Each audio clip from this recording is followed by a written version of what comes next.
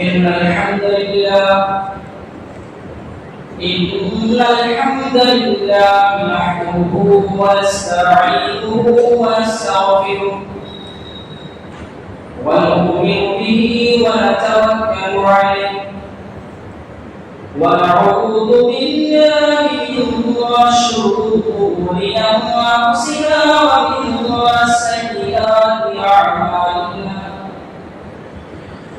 من يهده الله فلا مضل له ومن يضلل فلا هادي له وأشهد أن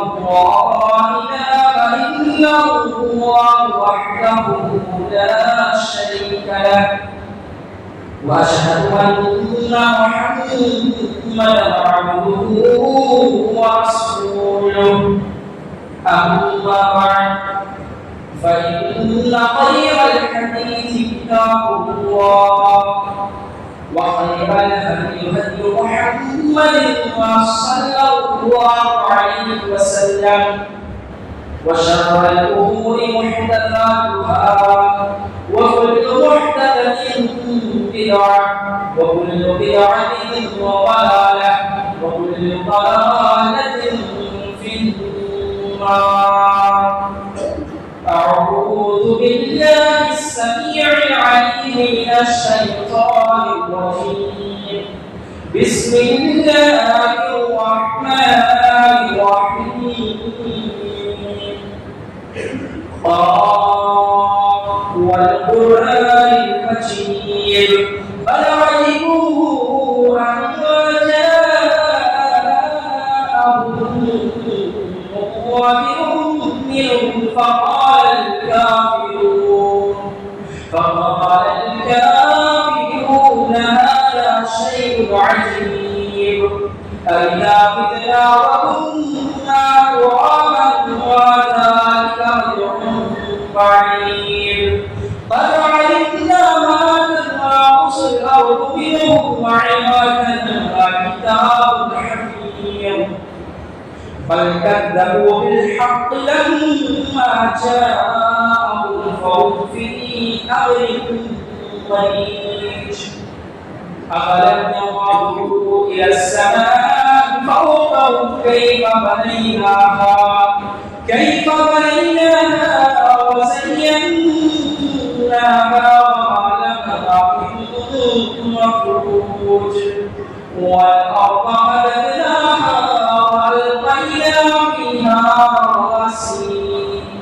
وألقينا فيها رواسي وأنبتنا فيها من كل زوج بهيج تبصرة وذكرى لكل عبد منيب ونزلنا من السماء ماء مباركا فأنبتنا به جنات وحب الحصيد والنخل باسقات لها شرع نضيد رزقا للعباد وأحيينا به بلدة ميتا وكذلك الخروج كذبت قبلهم قوم نوح وأصحاب الرس وثمود وعاد وفرعون وإخوان لوط وأصحاب الأيكة وقوم تبع كل وكذب الرسل وحق وعيد أوعينا بالخلق الأول بل هم في لبس من خلق وجديد يا أيها الذين آمنوا اتقوا الله حق تقاته ولا تموتن إلا وأنتم مسلمون يا أيها الذين آمنوا اتقوا الله وقولوا قولا سديدا يصلح لكم أعمالكم ويغفر لكم ذنوبكم ومن يطع الله ورسوله فقد فاز فوزا عظيما يا أيها الناس اتقوا ربكم الذي خلقكم من نفس واحدة وخلق منها زوجها وبث منهما رجالا ونساء واتقوا الله الذي تساءلون به والأرحام إن الله كان عليكم رقيبا. وقال الله تبارك وتعالى في موضع آخر كل نفس ذائقة الموت وإنما توفون أجوركم يوم القيامة فمن زحزح عن النار وأدخل الجنة فقد فاز وما الحياة الدنيا إلا متاع الغرور. وقال الله تبارك وتعالى في مقام آخر يا أيها الذين آمنوا اتقوا الله ولتنظر نفس ما قدمت لغد واتقوا الله إن الله خبير بما تعملون. رب اشرح لي صدري ويسر لي أمري واحلل عقدة من لساني يفقهوا قولي. رب زدني علما اللهم رب زدني علما اللهم إني أسألك علما نافعا ورزقا طيبا وعملا متقبلا. محترم وعلى السامعين دین للمحبوب پردہ نشین و بہنیں و حاضرین اجماع، تمام قسم کی تعریف و توصیف بڑائی و بزرگی حمد و ثنا اس اللہ العالمین کے لائق ہے جس نے ہمیں اور آپ کو اس دنیا کے اندر اس کائنات کے اندر پیدا فرمایا اور اس کے بعد ہمیں صحیح اور غلط کی تمیز کو سکھانے کے لیے، حلال اور حرام کی تمیز کو سمجھانے کے لیے لامحدود اور بے شمار انبیاء کرام کا وجود کیا. ان تمام انبیاء کرام نے، ان تمام رسولوں نے اس دین کو، اس راہ حق کو پہنچانے کے لیے اس زمین کے ہر خطے کو اپنے خون سے سینچا اور ہم تک اس مکمل اسلام کو پہنچایا. ان تمام انبیاء کرام پر، ان تمام رسولوں پر درودوں کے پھول نثار ہو، خصوصاً مدنی کونین آقا دو جہاں اور امام الانبیاء جناب محمد رسول اللہ صلی اللہ علیہ وسلم پر اللہم صلی وسلم وبارک علیہ. محترم سامعین، ہر باوقار انسان جو بھی اس دنیا کے اندر زندگی گزارتا ہے، ہر انسان کے لیے کوئی نہ کوئی ایک مقصد ہوتا ہے. جب بھی انسان کوئی کام کرتا ہے، چاہے وہ کاروبار کے سلسلے میں، تجارت کے سلسلے میں، پڑھائی کے سلسلے میں، کسی بھی چیز کے لیے وہ اس بات کی فکر کرتا ہے کہ ہمارے لیے کل کیا ہوگا. اگر ہم کوئی تجارت کر رہے ہیں تو ہم یہ سوچتے ہیں کہ اگلے 2 سال تک ہم کہاں رہنے والے ہیں. تو ہر انسان کسی نہ کسی چیز کی فکر اسے لگی رہتی ہے کہ اگر ہم اس دنیا کے اندر کوئی کام نہیں کریں گے اور ہماری تجارت اگر ٹھیک سے نہیں چلے گی تو اس دنیا کے اندر زندگی گزارنا مشکل ہو جائے گا، مکان ہو جائے گا. اور اس دنیا کے اندر زندگی گزارنے کے لیے ہم میں سے ہر شخص آرام دہ چیزوں کو استعمال کرتا ہے اور اپنی زندگی کو آرام سے آرام بنانے کی کوشش میں جس کو جہد لگاتا ہے. اور تمام تر فکر اور تمام نظریات انسان کی زندگی کے اسی زندگی کے تعلق سے ہوتے ہیں. وہ زندگی جو 60 اور 70 سال کی زندگی، وہ زندگی جو 60 اور 70 سال کی زندگی ہے، اس کے تعلق سے انسان اتنا کچھ پلان کرتا ہے، اتنا کچھ سوچتا اور منصوبہ بناتا ہے. تو ذرا سوچیے وہ زندگی جس کے بارے میں اللہ نے کہا ہو لا یذوقون فیہا الموت الا الموتۃ الاولی، کہ جو شخص ایک بار مر جائے اسے دوبارہ موت نہیں آئے گی، وہ دوبارہ موت کا مزہ نہیں چکھے گا. یعنی اس زندگی میں مرنے کے بعد جب تم دوبارہ زندہ کیے جاؤ گے وہاں پر تمہیں موت نہیں آئے گی جو لازوال ہے. اس زندگی کے بارے میں انسان کو کتنی فکر کرنی چاہیے اور کتنا سوچنا چاہیے، جس کے بارے میں اللہ کے نبی صلی اللہ علیہ وسلم کی صحیح حدیث ہے جس میں فرمایا آپ نے کہ ایک سمندر کے اندر انسان اپنی انگلی کو ڈبوئے اور اس کی انگلی میں جتنا پانی آ رہا ہے، آخرت دنیا اس سمندر کے مقابل میں اس اتنے قطرے پانی کے مانند ہے، اس ایک قطرے پانی کے مانند۔ تو اللہ کے نبی نے فرمایا ایک سمندر میں انسان کو انگلی اٹھائے اور دیکھے تو اس انگلی میں کتنا قطرہ پانی آ رہا، تو وہ سمندر ہے، وہ آخرت ہے، اور جتنا قطرہ اس کی انگلی میں لگا ہوا ہے وہ دنیا کی زندگی ہے، اور اس دنیا کی زندگی کے لیے انسان اتنا کچھ کر رہا اور اتنا کچھ، اتنی اس کو فکر ہے۔ اللہ تعالیٰ نے اس دنیا کے اندر انسان کو بھیجا ہے تاکہ وہ آخرت کو کمائے۔ اس کی مثال آپ اس طرح سے سمجھیے، کوئی شخص باہر ملک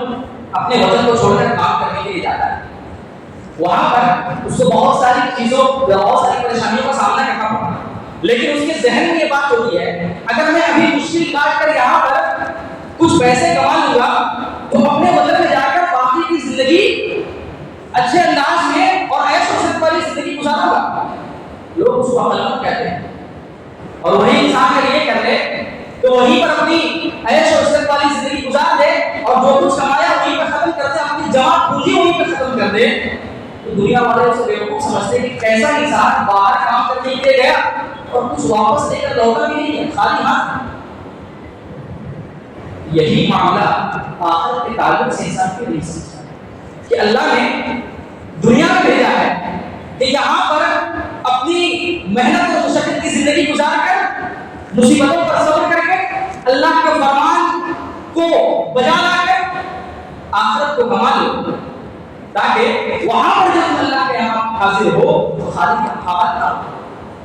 خطبہ مصطفیٰ کے بعد میں نے سورہ عمران کے ایک بہت جامع اور مختصر آیت تلاوت کی، جس میں اللہ تعالیٰ نے انسان کے زندگی، موت، انجام، کامیابی اور ناکامی اور پھر دنیا کی حقیقت ایک آیت میں بیان ہے۔ سب سے پہلے آیت پر غور کریں۔ اللہ نے فرمایا کل نفس ذائقۃ الموت، ہر نفس کو موت کا مزہ چکھنا۔ قرآن کا انداز بیان دیکھیے، شروع کیا ہے موت سے، موت سے شروع۔ آپ دنیا کے کسی بھی انسان سے پوچھیے، اس سے کوئی مطلب نہیں کہ وہ کس مذہب سے تعلق رکھتا ہو، وہ کسی کو مانتا ہو یا نہ مانتا ہو، چاہے وہ عالم ہو، چاہے وہ جاہل ہو، چاہے وہ بچہ ہو، چاہے وہ بوڑھا ہو، مرد ہو، عورت ہو، ہر انسان اس بات پر اتفاق کرتا ہے اور ہر انسان اس بات سے متفق ہے اس کو مرنا۔ تو قرآن نے شروع وہی سے کیا جہاں پہ جس بات کو ہر انسان مانتا، اور فرمایا کل نفس ذائقۃ الموت، ہر نفس کو موت کا مزہ چکھنا ہے، اور اس کے بعد فرمایا وَإِنَّمَا تُوَفَّوْنَ أُجُورَكُمْ يَوْمَ الْقِيَامَةِ، اور جو کچھ تم نے زندگی میں اپنی کی ہے، جو کچھ تم نے دنیا میں کیے ہیں، ان تمام چیزوں کا بدلہ یوم القیامہ، قیامت کے دن دیا جائے گا۔ اور پھر فرمایا فَمَنْ زُحْزِحَ عَنِ النَّارِ، بس جو شخص آگ سے بچا لیا گیا، وَأُدْخِلَ الْجَنَّةَ، اور جنت میں داخل کر دیا گیا، فقد فاز، تو وہ کامیاب۔ اور پھر آگے فرمایا وَمَا الْحَيَاةُ الدُّنْيَا إِلَّا مَتَاعُ الْغُرُورِ، اور دنیا کی زندگی محض صرف اور صرف دھوکے کا سامان۔ اللہ تعالیٰ نے کامیابی اور ناکامی، موت، زندگی اور دنیا کی حقیقت اس ایک آیت کے اندر بیان فرمایا، اور فرمایا فَمَنْ زُحْزِحَ عَنِ النَّارِ، جو شخص آگ سے بچا لیا گیا، جہنم سے بچا لیا گیا، وَأُدْخِلَ الْجَنَّةَ، اور جنت میں داخل کر دیا گیا، وہی کامیاب ہے، فقد فاز، اور وہی کامیاب، تحقیق ہے وہی شخص کامیاب ہو گیا۔ سورۃ الحشر کے اندر اللہ تعالیٰ نے فرمایا یا ایھا الذین آمنوا اتقوا اللہ ولتنظر نفس ما قدمت لغد، اے ایمان والو اللہ سے ڈرو، تقوی اختیار کرو، اور اس کے بعد جو فرمایا ولتنظر نفس ما قدمت لغد، ہر نفس کو چاہیے، ہر جاندار کو چاہیے، ہر شخص کو چاہیے ولتنظر کہ وہ دیکھ لے نفس ما قدمت لغد، کہ اس نے کل کے لیے اللہ کے یہاں کیا پیش کیا ہے۔ مفسرین قدمت کا یہ جو لفظ ہے اس کے تعلق سے مفسرین نے لکھا ہے کہ قدمہ کا معنی ہوتا ہے عربی میں پیش کرنا۔ اس کو اس طرح سمجھیے کہ جب ہمارے گھر میں کوئی مہمان آئے تو ہم ان کے سامنے اچھی اچھی چیزیں پیش کرتے ہیں، اور ساتھ ہوتا ہے، ہم یہ چاہتے ہیں کہ ہماری امیج ان کی نظر میں خراب نہ ہو، ہماری امیج ان کی نظر میں خراب نہ ہو، ہم اچھی اچھی چیزوں کو ان کے سامنے پیش کریں۔ تو مفسرین نے لکھا اس آیت میں اللہ تعالیٰ کا قدمہ کا لفظ استعمال کرنا اس بات کی طرف اشارہ کرتا ہے کہ اے لوگوں اللہ سے ڈرو اور اپنی زندگی میں ایسے ایسے اعمال کرو کہ کل تم قیامت کے دن جو اللہ کے ہاں حاضر ہو تم ایسے ایسے اعمال کو پیش کرو کہ اللہ کی نظر میں تمہاری امیج اچھی بن جائے۔ وَلْتَنْظُرْ نَفْسٌ مَا قَدَّمَتْ لِغَدٍ، ہر انسان ہر شخص یہ دیکھ لے کہ اس نے کل کے لیے کیا تیار کیا۔ لیکن آج آپ معاشرے کا جائزہ لیجیے، ہم اس طرح زندگی گزار رہے ہیں، ایسا محسوس ہوتا ہے کہ ہمیں کبھی موت نہیں آئے گی، اور اگر موت آ بھی گئی تو ہمیں دوبارہ زندہ نہیں کیا جائے۔ حالانکہ اللہ تعالیٰ نے آیت کے ٹکڑے میں فرمایا کل نفس ذائقۃ الموت کہ ہر نفس کو موت کا مزہ چکھنا ہے۔ موت اسی کو آتی ہے جو پیدا کیا گیا ہو، یہ ایک بہت بڑا نقطہ ہے۔ موت اسی کو آئے گی جو پیدا کیا گیا ہو، اور جو ایک بار پیدا کر دیا گیا ہو دوبارہ بھی پیدا کیا جا سکتا ہے۔ آپ دنیا کی طرح سمجھ لیجیے، ایک کمپنی کوئی پروڈکٹ بنا رہی ہے، پہلی بار اس کے لیے بنانا مشکل ہو سکتا ہے، دوسری بار وہ کمپنی اس پروڈکٹ کو بنانے میں اس سے آسانی اس کو پیش آئے گی، اس سے کوئی مشکل پیش نہیں آئے گی کیونکہ اس کا پورا ڈھانچہ اس کے پاس تیار ہوگا۔ جب دنیا میں انسان اس بات کو سمجھ سکتا ہے تو اس بات کو کیوں نہیں مانتا کہ وہ اللہ جو انسانوں کو اتنی صلاحیت اور طاقت دے سکتا ہے، کیا اس کے پاس اتنی قدرت نہیں ہوگی کہ وہ دوبارہ زندہ کر کے دوبارہ پیدا کر لے؟ ہم یہ سمجھتے ہیں کہ دنیا کے اندر دنیا کی زندگی گزار ہو اور آخری وقت میں اللہ تعالی سے گناہوں سے توبہ کر لیں گے اور معافی مانگیں گے۔ لیکن امام ابن تیمیہ رحمہ اللہ نے اپنی کتاب کے اندر لکھا کہ انسان اپنی زندگی میں جو کام کرتا ہے، زندگی بھر جو کام کرتا آیا یا جس کام میں وہ ملوث رہتا ہے، موت کے وقت اپنے آخری دنوں میں وہ اسی کام میں رہتا ہے۔ انہوں نے کہا کہ میں نے خود ہی مشاہدہ کیا ہے، جو شخص شراب پیتا ہے موت کے وقت اسے اس کی طلب تھی، اس کی چاہت تھی کہ اسے شراب پی جائے آخری مطلب، جو جوا کھیلتا ہے اسے یہ طلب تھی کہ آخری مطلب وہ جوا کھیلے، اس وقت اس کے حواس قابو میں نہیں رہتے، عادتاً جو شخص جس کی عادت جو رہتی ہے وہ وہی کرتا ہے۔ اور اس کے بعد ایک واقعہ بیان فرمایا، اور واقعہ امام اوزاعی رحمہ اللہ کا بیان فرمایا، بہت بڑے عالم گزرے ہیں، انہوں نے فرمایا کہ امام اوزاعی رحمہ اللہ انہوں نے اپنی زندگی لوگوں کو دین کا علم سکھانے میں گزاری اور حدیث کا علم سکھانے میں انہوں نے اپنی زندگی گزاری، اور آخری وقت جب ان کا آ گیا تو بسترے مرگ پر لیٹے ہیں، مرض الموت کو مبتلا ہیں، دو شاگرد ان کے دو اسٹوڈنٹ ان کے پاس آتے ہیں اور دیکھتے ہیں کہ ہمارے استاد کی حالت بہت زیادہ خراب ہے اور بسترے مرض الموت پر وہ لیٹے ہوئے مرض الموت کو مبتلا ہیں۔ ان دونوں نے کہا ایک دوسرے سے کہ کام کرو کہ وہ معاذ جبل والی حدیث پڑھو جس میں انہوں نے یہ کہا ہے کہ جس کا آخری کلمہ لا الہ الا اللہ ہو جنت میں داخل ہوگا، اس کو پڑھنے کو کہو۔ تو اس نے کہا کہ میری ہمت نہیں کہ استاد کے سامنے میں اس طرح کی بات کروں۔ دونوں نے یہ بات ایک دوسرے سے کہی، تو پھر دونوں نے یہ فیصلہ کیا کہ ہم وہ حدیث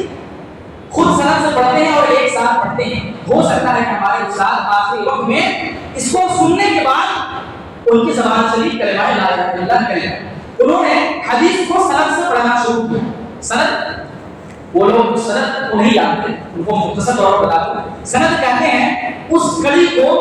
جیسے کہ فلاں صحابی نے فلاں صحابی سے یہ حدیث سنی، فلاں صحابی نے فلاں تابعی نے فلاں صحابی سے، پھر فلاں تابعی سے فلاں امام نے، یہ جو سند ہے عن ابی ہریرہ عن ابی سعید، اس کو سند کہتے ہیں۔ اس میں اگر ہیر پھیر ہو جائے تو اس اعتبار سے حدیث جو ہے ضعیف قرار دی جاتی ہے۔ یہ بہت حساس اور بہت زیادہ سینسٹیو معاملہ ہے، لہٰذا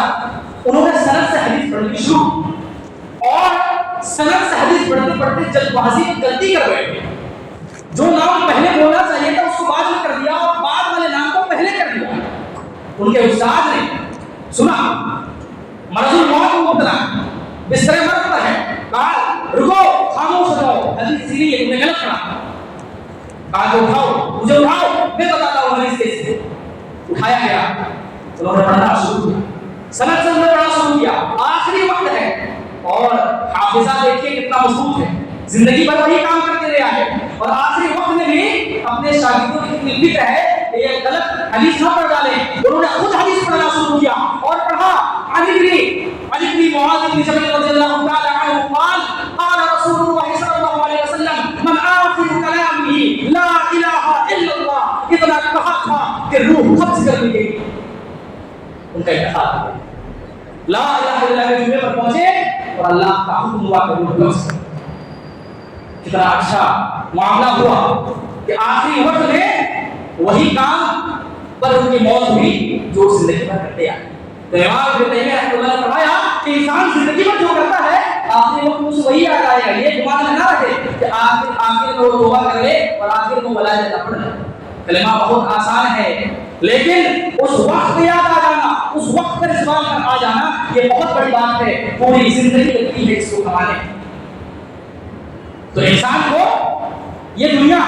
جس پر وہ زندگی گزار رہا ہے، جس میں زندگی گزار رہا ہے، اس کے اندر یہ فکر ہونی چاہیے کہ ہم کیسے آخرت کو بنا لیں۔ یہ جو 60 سال اور 70 سال کی زندگی ہے جس کے تعلق سے اللہ تعالیٰ نے فرمایا بل تؤثرون الحیات الدنیا، تم کو دنیا کی زندگی کو اہمیت دیتے ہو، والآخرۃ خیر وابقیٰ، حالانکہ آخرت کی زندگی زیادہ بہتر اور ہمیشہ باقی رہنے والی ہے۔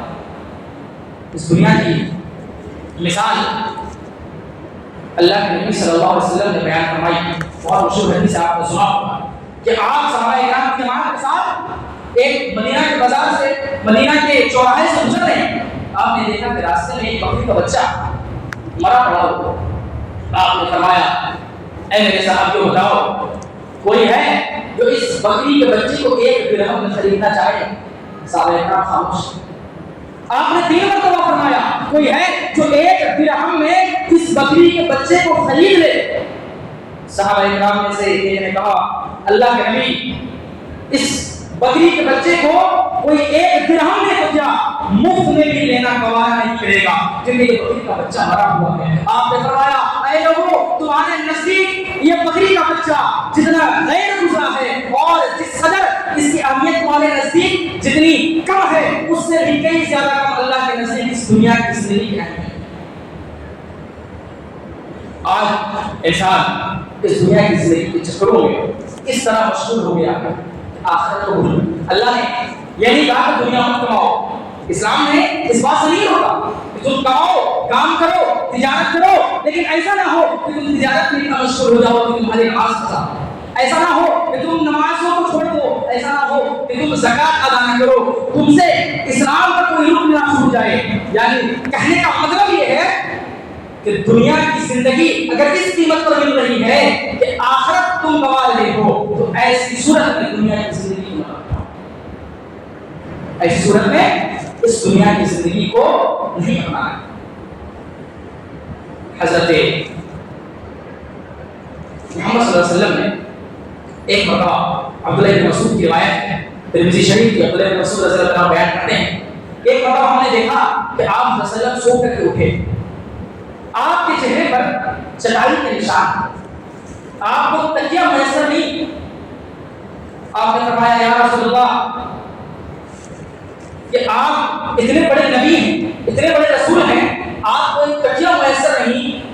آپ اپنے لیے آرام دہ بستر کیوں نہیں تیار کر لیتے؟ وہاں پر آپ صلی اللہ علیہ وسلم نے جو فرمایا اس بات کو غور کرنے کی ضرورت ہے۔ آپ نے فرمایا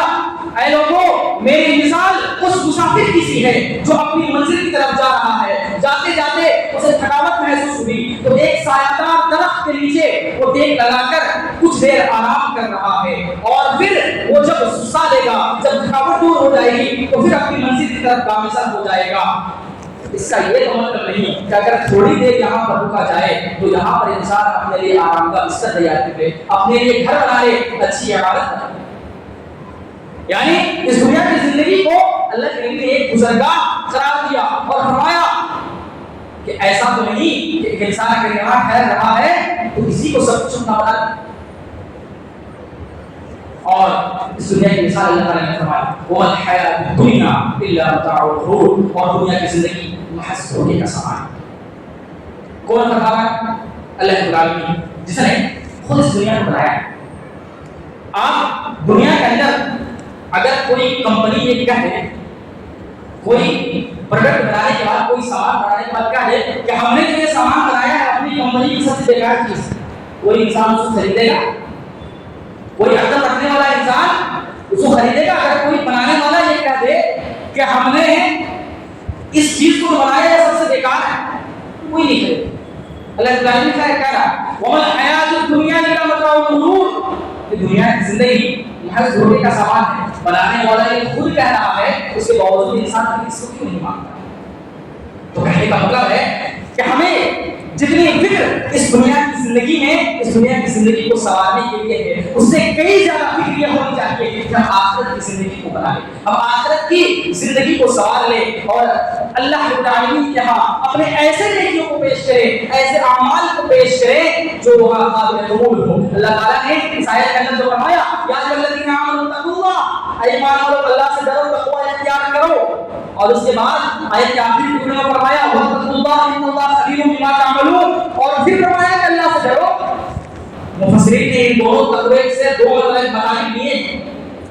ایک حصول تقوی کی مثال بیان کی، یعنی تقوی حاصل جب ہو جائے، یعنی جب تم دین کی طرف اچھے سے گامزن ہو جاؤ، تقوی حاصل ہونا، یعنی مثال آپ رمضان کو لیجیے، رمضان مبارک کے مہینے میں آپ نے جو اعمال کیے ہیں ان سے آپ کے اندر تقوی پیدا ہو گیا، اس کے بعد حاصل کر لینا بڑی بات نہیں ہے۔ میں نے پچھلے خطبے میں، پچھلے جمعے میں اس تقوی کی پوری مثال کو واضح طور پر بیان کیا تھا، مختصر آپ کو بتا رہا ہوں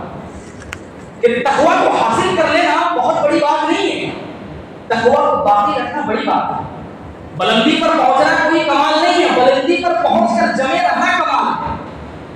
تو تقوی جب حاصل ہو جائے تو اللہ نے فرمایا وَاتَّقُوا اللَّهَ، پھر سے اس سجدے کو باقی رکھو، یہ نہیں کہ عید کا چاند نظر آیا اور تم گائے،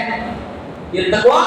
باقی نہیں رہا، تقوی کو باقی رکھو، جیسے تم نے رمضان میں عبادتیں کی ہے ان عبادتوں کو اس کے بعد باقی رکھو، یہ ایک کمال ہے۔ تو اللہ تعالیٰ نے فرمایا کہ تم اس تقوی کو باقی رکھو گے اور دنیا کی زندگی میں آخرت کی فکر کرو گے تو تم اس کے بعد کامیاب ہو جاؤ گے۔ اور ہم اور آپ کو چاہیے کہ ہم اس دنیا کی زندگی آخرت کی تیاری کریں، کیونکہ جب ہم غور کرتے ہیں تو یہ پتہ چلتا ہے کہ کون انسان کب کتنی دن تک زندہ رہے گا یہ کوئی نہیں جانتا۔ اللہ تعالیٰ نے فرمایا جب موت کا وقت قریب آ جائے گا، الی اجل قریب، جب موت کا وقت قریب آ جائے گا تو ایک لمحے کی مہلت نہیں ملے گی، انسان نیچا ہوگی، کاش میں کوئی نیکی کر لیتا، کاش میں کوئی صدقہ و خیرات کر لیتا، لیکن اس کو مہلت نہیں دی جائے گی۔ لہٰذا ہم تمام لوگوں کو چاہیے اس دنیا کے اندر آخرت کی فکر کریں، اپنے اندر فکر آخرت پیدا کریں، اور ہم اس دنیا کے اندر اگر فکر آخرت پیدا نہیں کریں گے تو ہم اللہ کے یہاں خالی ہاتھ پیش کیے جائیں گے، جہاں پر سوائے اعمال کے کچھ نہیں ہوگا۔ قبر کے اندر جب انسان اپنے اعمال سے ملے گا اور وہ برا ہوگا، بدعمالیوں کے ساتھ ملاقات کرے گا تو اس کا عمل خود ہی بات کرے گا کہ اے انسان تم نے ہر چیز اپنی سنوار لی، ہر چیز کو تم نے بہتر بنا لیا، تم نے اپنے لیے اچھا گھر بنایا، تم نے اپنا اچھا رتبہ حاصل کیا، اپنا مقام اچھا حاصل کر لیا، تمام چیزوں کو تم نے بہتر بنا لیا، سوائے میرے وہ چیزیں جو تم نے بہتر بنائے ہیں دنیا کے اندر وہ تمہارے دنیا تک ساتھ دے سکتی تھی، اور میں جو تمہارا ساتھ آخرت تک دے سکتا ہوں، نامۂ اعمال کے توڑے جانے تک دے سکتا ہوں، تم نے مجھے نہیں سنوارا، مجھے بہتر نہیں بنایا۔ لہذا اس وقت انسان کہے گا یا لیتنی قدمت لحیاتی، کاش کہ میں دوبارہ زندہ نہ کیا جاتا، کاش کہ میں دوبارہ یہاں پر پیش نہ کیا جاتا، اور اس کو محسوس کرنے کا کوئی فائدہ نہیں ہوگا۔ لہٰذا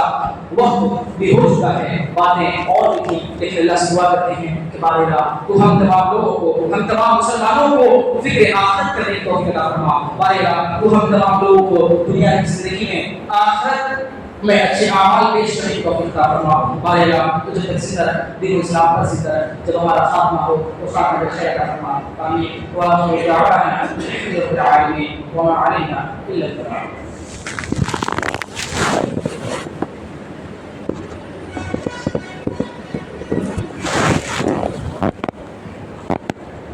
إن الحمد لله نحمده ونستعينه ونستغفره ونؤمن به ونتوكل عليه ونعوذ بالله من شرور أنفسنا ومن سيئات أعمالنا من يهده الله فلا مضل له ومن يضلله فلا هادي له وأشهد أن لا إله إلا الله وحده لا شريك له وأشهد أن محمدا عبده ورسوله أما بعد فإن خير الحديث كتاب الله وخير الهدي هدي محمد صلى الله عليه وسلم وشر الأمور محدثاتها وكل محدثة بدعة وكل بدعة ضلالة وكل ضلالة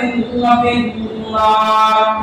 أعوذ بالله السميع العليم من الشيطان الرجيم. بسم الله الرحمن الرحيم. إن الله وملائكته يصلون على النبي يا أيها الذين آمنوا صلوا عليه وسلموا تسليما. اللهم صل على محمد وعلى آل محمد كما صليت على إبراهيم وعلى آل إبراهيم إنك حميد مجيد. اللهم بارك على محمد وعلى آل محمد كما باركت على إبراهيم وعلى آل إبراهيم إنك حميد مجيد. عباد الله رحمتي ورحمة الله إن الله يأمر بالعدل والإحسان وإيتاء ذي القربى وينهى عن الفحشاء والمنكر والبغي يعظكم لعلكم تذكرون. اذكروا الله يذكركم وادعوه يستجب لكم ولذكر الله أكبر والله يعلم ما تصنعون.